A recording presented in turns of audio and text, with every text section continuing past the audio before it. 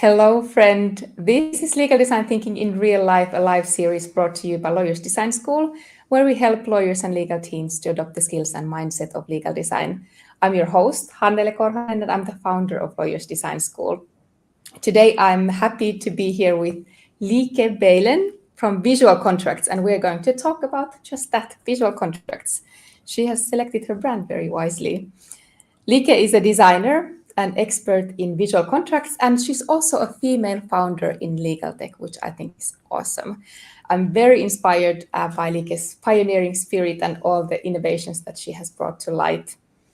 And today we'll hear about one of the latest innovations, the Visual Contract Builder 2. Hello, Lieke. Hello, thank you for inviting me, Annele. Yeah, great to be here. Great. Classic question, where are you joining us from today? I'm based in The Hague, the Netherlands. Yeah, and I'm in my office right now. Okay. Is it spring already there? Sorry, is it a spring? Spring. Yesterday was a very beautiful day, but today no, not the best again. But it's pretty warm indeed for February. It's coming. It's coming. Yeah, it is coming. Well, let's start with a brief presentation. Maybe you can share your story. Of course. So yeah, as you already presented in my introduction, is that I'm a designer. I have a background in industrial design engineering at the Delft University of Technology.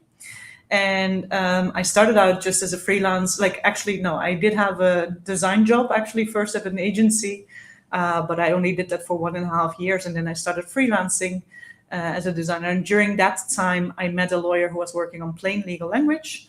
And so we actually won the Hague Innovators Challenge together, which was focused on the privacy on the internet. So there we redesigned the privacy statement of Facebook. And for me, that was the very first experience working one-on-one with a lawyer and on legal content, which was super interesting. And also there was a pretty profound, deep legal design project. We didn't call it legal design back then yet, but we really did go through the whole phase of multiple stages of first user research to gain insights on how people, in that case, like consumers, deal with privacy online, and how we then, based on that, can redesign the privacy statement for Facebook particularly. And that was, of course, also the case study to explore what you can do with visualization and design in legal documents. So yeah, that was the starting point. After that year, we went our own ways. And that's in 2017 when I founded Visual Contracts really as a platform to bring together more lawyers and designers and people from different backgrounds in order to make the law more accessible. And I have been doing that so far in the past years, full time, since then, more or less. Oh, that's so cool. So what about visual contracts? So you said that you founded it in 2017? Yes. How does it work? Oh, what do you do there? So I started really that's what I could do by myself. I was also figuring out, okay, how can I start a business in the legal field while I don't have a legal background? So that was also something to explore, of course. But this is where I really started from. Okay, I can offer my design thinking experience and visual experience, visual design experience to offer that and to work together with lawyers also. So that's really in the first years, I focused fully on projects like consultancy, and also starting to train other lawyers from the experience that I gained. So the online courses and offline courses on legal design. And right now we're focusing more and more on just contract design and building, of course, the software that we will discuss also. Yeah. So you this was your first case study, this Facebook terms and conditions, which I think is very, very awesome.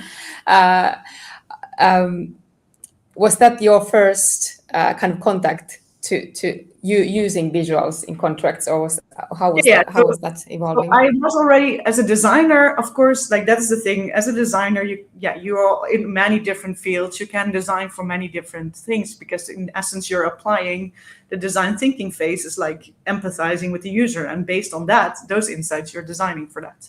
But I really chose to keep on going. I was quite intrigued with what I learned from that first year. And that I also saw there's so much more to explore. Plus, based on my background, really, that I can, instead of just freelancing where you have like only small steps that you can bring in a project, I thought like as a product designer, I want to really build my own product to be able to scale something as well, like to build on something on a deeper level, and then with like a social impact. So really making the law more accessible to me is the very like, yeah, also my personal background indeed on dyslexia, especially back then, and later also ADHD that I discovered. That's another aspect, my personal motivation, of course, and to bring all these skills together into, yeah, now contract design and particularly, but also in general, broader sense, legal design, of course. And yeah, I think this is where, for me, that time was really the first time dealing. I had this huge, my own experience with having, like, not wanting to deal with law, like feeling like, ugh, all these documents are in black and white, things that how I perceived it, and yeah, just seeing that also from a product design perspective of like how inaccessible it is and how much more we can do with that in order to make it more accessible. And that I thought like this is really a good cause, and then to build on that. But for me, it was also very much of an exploration of like how to deal, like to learn about the law.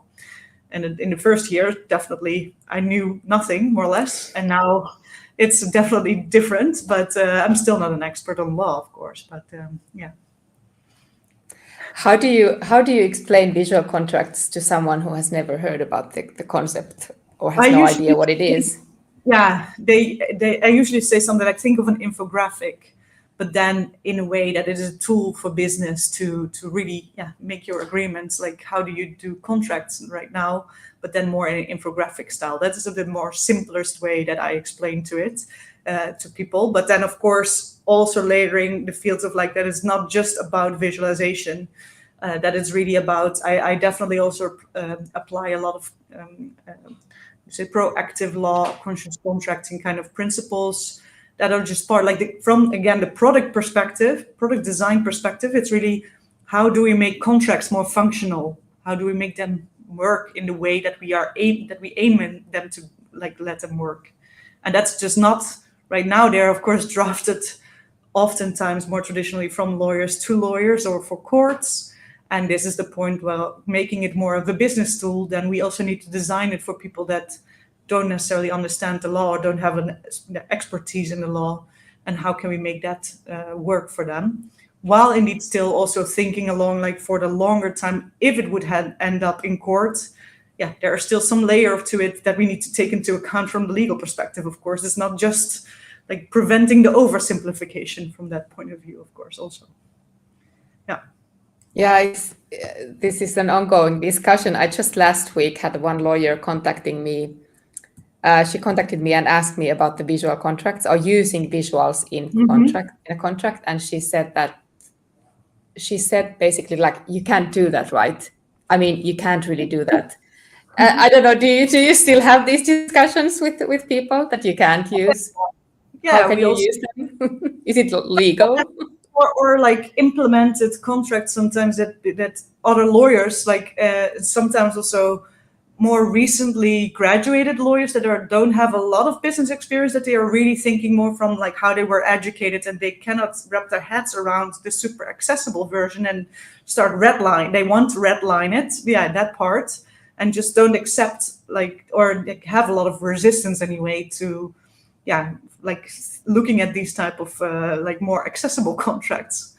So yeah, there's definitely that is still happening also. And I think this is definitely a huge part of what we're doing, of course, with legal design as well, and contract design, taking into account, like that's exactly why co-creation and collaborative work is so important in the legal design field also. Yes, for sure. For sure.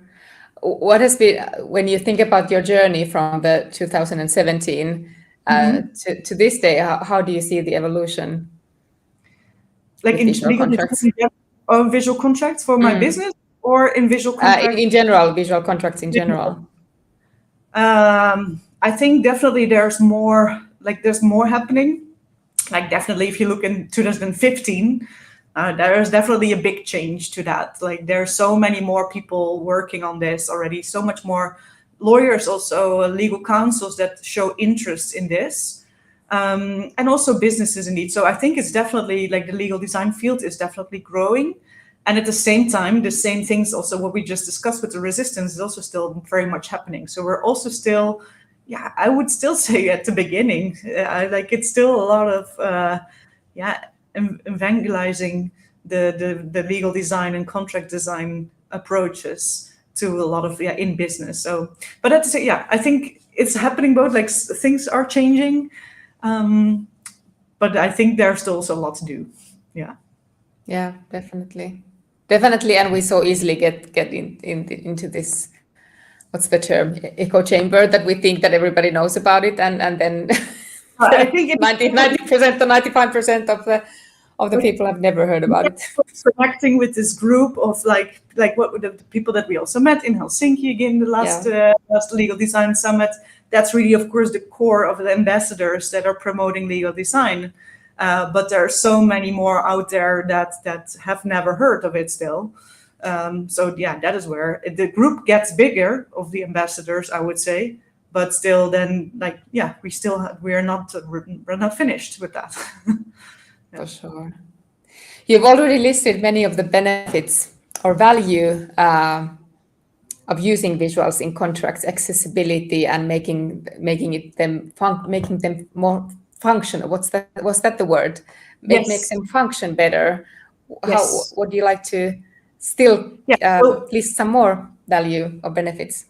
At the core, it's of course first of all, visualization is a different type of medium to communicate than that you can do with text. So it has a different layer than text can do. So this is where it's always like, if you talk about visual contracts, it's not like, this is also sometimes people think then it's only visuals, and then they're worried indeed about the oversimplification. Then I'm thinking like, no, it's not. Like each medium has its own function indeed and its own value. And so the combination of that is where you get the biggest value, because like you let it work together. And so the value of visualizations is that it indeed can like really in one view attract a user to a certain aspect and set a certain context, like in how to interpret the text that is also around it, or like the content in general overall. How to read the contract and also to navigate. So there's a lot of like I think the last point is also like the engagement. So really the point of how can you create that user experience, so also to motivate people in the first place to start reading the contract. That is very much like where visualization also and visual design, just aesthetics, like the combination of aesthetics and functionality, that is another thing. But navigation is a part of that. And then indeed the complexity, like summarizing complexity in a visual that's where visualizations can definitely do a lot of work, and to in the end, and sometimes, not always, but sometimes shorten the contract in that sense. Yeah, there are so many important points there. And also this fact that it doesn't necessarily mean that you replace the contract. Of course, we have the comic contracts which are kind of a separate thing or a thing of their own, but it can be like these infographics can be a visual aid to summarize a certain complex information. Yeah, I just had a meeting with a lawyer that is just starting off on their own and who is exploring indeed also to get into legal design. And there we were also discussing about like, okay, how is like the mediums that you're using, like also like video or something like that. But this is where I really see like what type of visualization and how you're designing. That's coming back to the functionality. It's like each goal has its own medium of what you would use in order, like if you're using interactivity or if you're using video. Like video is not like, maybe these days with AI, you can of course make very much like nice translation, transcripts and cues of what to find back, but still navigation through like a full video, which is explaining something, is something different than if you would just have that visual that gives like one overview of what you can navigate through. And therefore each part has its own functionality more or less. And that is what based on the context and what you want to achieve with the contract is what you choose for which medium you choose to implement. would say. Yeah. Yes. Have you found limitations of using visuals in contracts?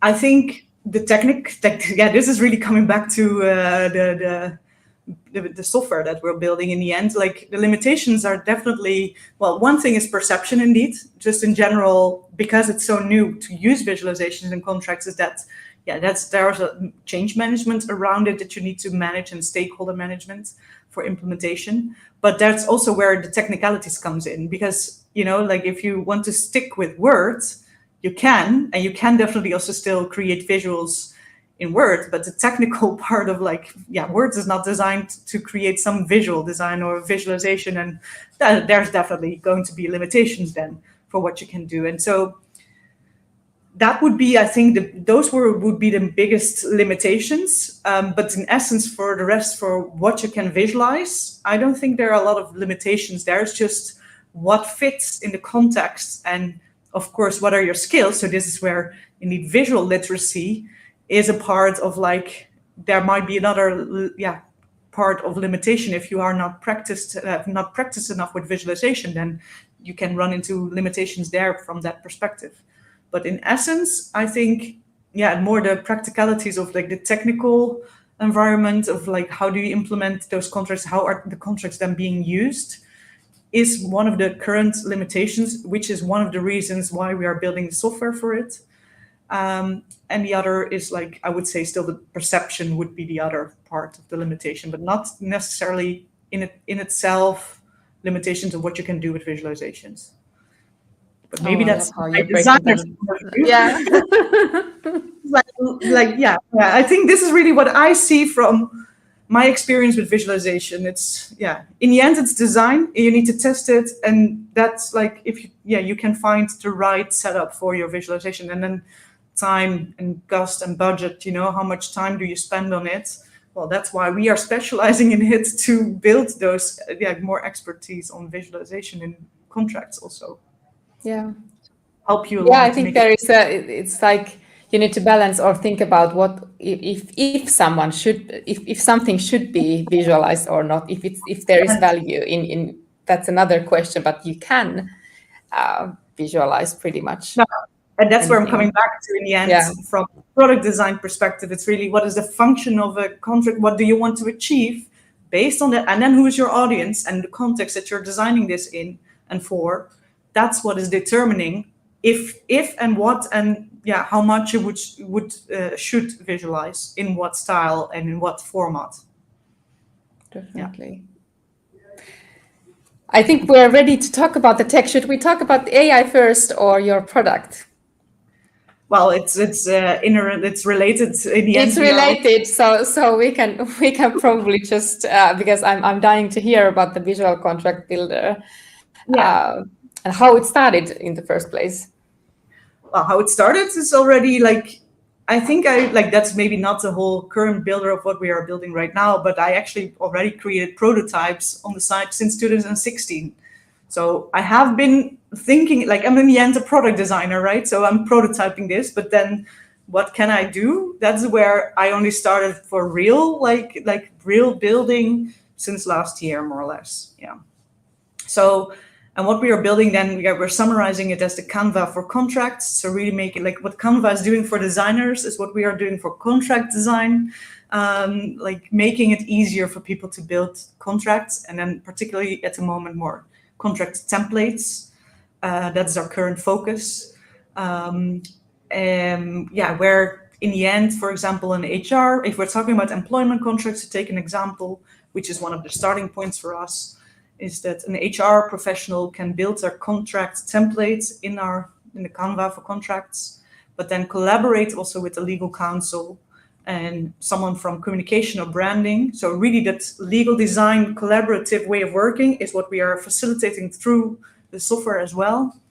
And then to make sure that you're tailoring, so you can use our library and then AI suggestions on plain legal language visualization and layout, and then can start tailoring your contracts to your particular needs and context. Yeah.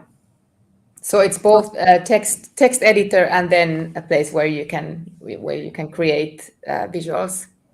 Yeah, that is like, and there's like we are still also exploring where like the other AI components into it. Like for example, also, but we of course, like a lot of people have still textual templates. So the upload of your current textual document, where we are extracting the topics to actually then have an overview and create this overview of what you have covered in your contract, and then doing the suggestions from our clause libraries, so that you can like go through the contract design process faster. That's another aspect. But the core is really to, in the end, let people engage with the content itself, so that you can build up that understanding also from building your contracts itself. Next to that, the outcome is also, of course, more accessible. That's the whole point for your target group. Yeah. There is a question in the chat. Mel is asking, based on your experience, what are the reasons why some lawyers are reluctant to adopt legal design and use the services of a legal designer? And how have you addressed these concerns? So definitely like if you have a staying close to what people know is of course the easiest to take a first step towards legal design. And it totally depends on the person who you have in front of it, what that means, of course, and how. So this is where, if you have the skills and the practice and that practice legal design in multiple contexts and projects, etc., then you also start building your own tools in order to bring along more people on like what they need in the next step for legal design, implementing legal design. Yeah, definitely. Then for the rest, like resistance is indeed, I think, a lot about unfamiliarity with so much. Yeah, it's a lot. It's a whole new discipline, of course, like design thinking and design with all their different types of design, like graphic design, information design, UX design, service design, design thinking, product design. You can, it's endless as well, just as much as how many different types of law, like sections in the law there are, more or less, or approaches in the law. Yeah, that is where you need to become familiar with that whole toolkit, that you just need to get started. And this is like the point, to stay close to what they know in order to take a first step in starting to implement, or not implement them, but explore legal design and contract design and what they're more comfortable with in the first place. Because I know from experience, indeed, definitely in the early years, because I'm coming from the design, for me, this is second nature. This is my way of working and thinking. So definitely in the early years, I've been pushing a lot, and still maybe recently, I think a lot of people will see that, like, I'm coming from my own background. It's like, I'm frustrated, like how slow this is going. But that's definitely something that I also learned, like, maybe I should take a little bit a step back, because people are not there yet. So I can only say, like, stick to what you know, like what your context, how you can like sketch something, like a first step that is really close to what they are already doing. That makes it easier to start adopting some of the legal design principles. And then for the rest, it's just expose them more and more to these type of things, and show examples, and bring them along in something that you are doing, maybe to take them along step by step also. Yeah, very good advice. I would also say that these concrete examples help a lot. And then for some people, the term legal design is, they are just allergic to anything anything that sounds too trendy or new. Yeah. So we don't have to use the word legal design if that's that's not. That's a good point. Yeah. But it's definitely something that we still need to sell if people are not even familiar with it. Yeah, so therefore really focusing on the goal of what do you want to achieve, instead of focusing on legal design per se and the methods or the steps, whatever. It's about what do you want to achieve in the end. Yeah. But hey, let's go back to the builder. So what has the process been? So you create the first prototypes very early on, but now you have been focusing almost all of your time on it. How has the process gone? What principles and methods have you used? So well, also, first of all, I started, of course, in privacy. So privacy, I'm very aware from the privacy perspective, especially if we're talking about building a product with AI involved and just a tech product that scales.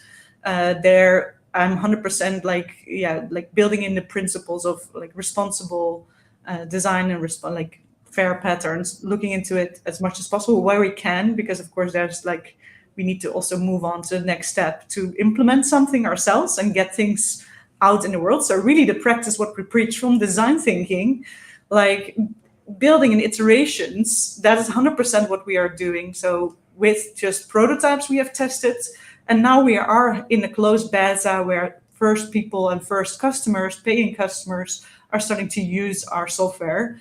So there we learn again to further build our products. So yeah, that's really the practice what we preach, and make sure that, yeah, from the GDPR perspective, things, that's why we are only launching when we are fully ready, that it can be exposed to the world like that, instead of like the closed beta version.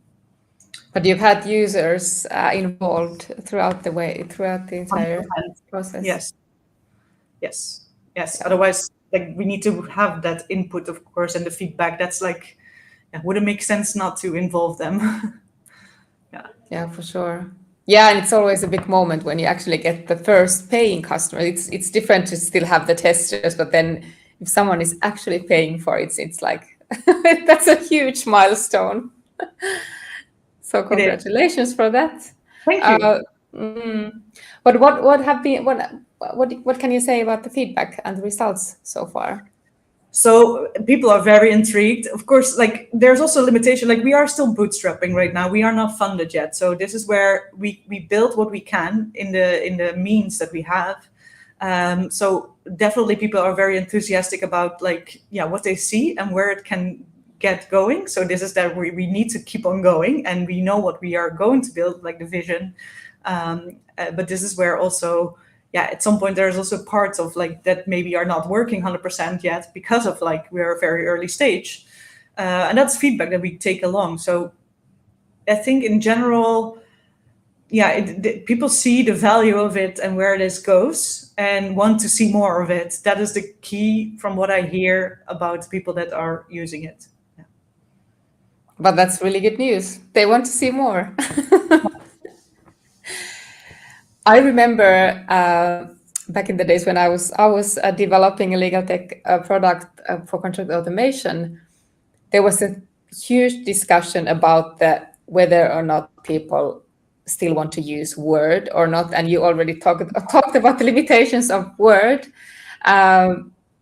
How do you tackle that in your product? Is it Word compatible, or how does it? Do you want to say something about that? Looking into the integrations, of course, for software, but we are not necessarily building an application to build something into Word so that you can. That doesn't make sense, because it's really a design tool, and we want to stay focused on building the best product for that. If we start focusing on how it would integrate in Word, I know this is a huge thing. I know, and it's like we cannot ignore that. Indeed, a big part of the market is that's what we are seeing, of course, in the contract design that we have also implemented, which we have like on the custom projects that we did. We have then our most visual contract, which is the one for the cleaning company, that's fully built to a Word version so that we could integrate it into software for them that they were using for their hiring their employees. So this is where we just see, like, we will be building integrations for ERP software, like in contract lifecycle management software, exactly which ones and how much and to what level. That is what we are still figuring out, because we're still at the beginning, and the main focus is just to make sure that our core product, like the usability and the user experience of like how do you create that contract draft, that is first at its best.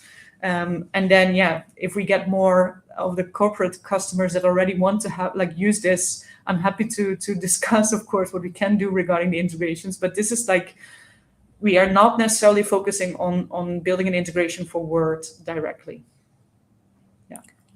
All the best with because it's like we all hope that we could be less dependent on Word, but then at the end of the day, Also, it's like maybe all it's, the professionals open Word when they start editing. and this is where I think you're talking about all the professionals, but this is where I'm saying our first customer target group is like really the HR professional. Yeah. And of course, they're also used more to Word. Because that's what everyone in the business is more like. Yeah, business people are used to working with Word, but you see, of course, also so much more professionals these days working with Canva.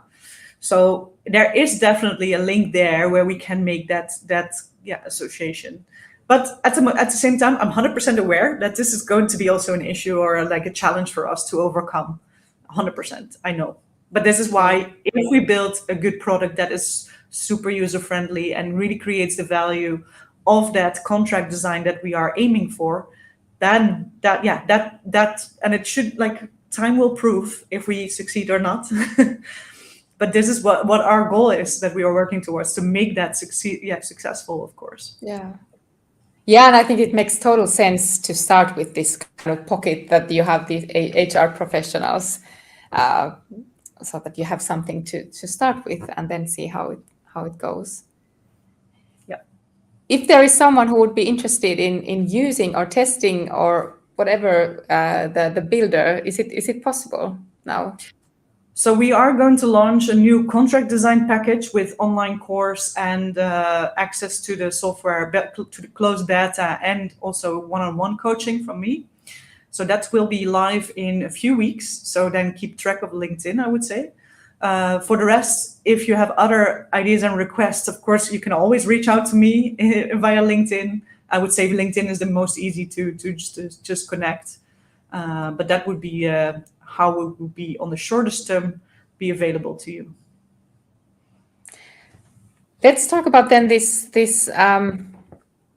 one of the discussions that at least I've had for all Yeah. these years that I've been focusing on legal design, whether legal professionals should and can understand and use and apply visual contracts themselves, or I don't know if it's an and or thing, but versus working with professional designers. How do you see this division? Legal professionals working and applying legal design themselves, and then working with professional designers. So I think the most important thing is that people, like, if you talk about lawyers, legal counsels, I would definitely stimulate them to learn some basics to do it by themselves. Really, mostly because of the mindset and the practice. Like, you're training your mind in a different way if you start doing this by yourself.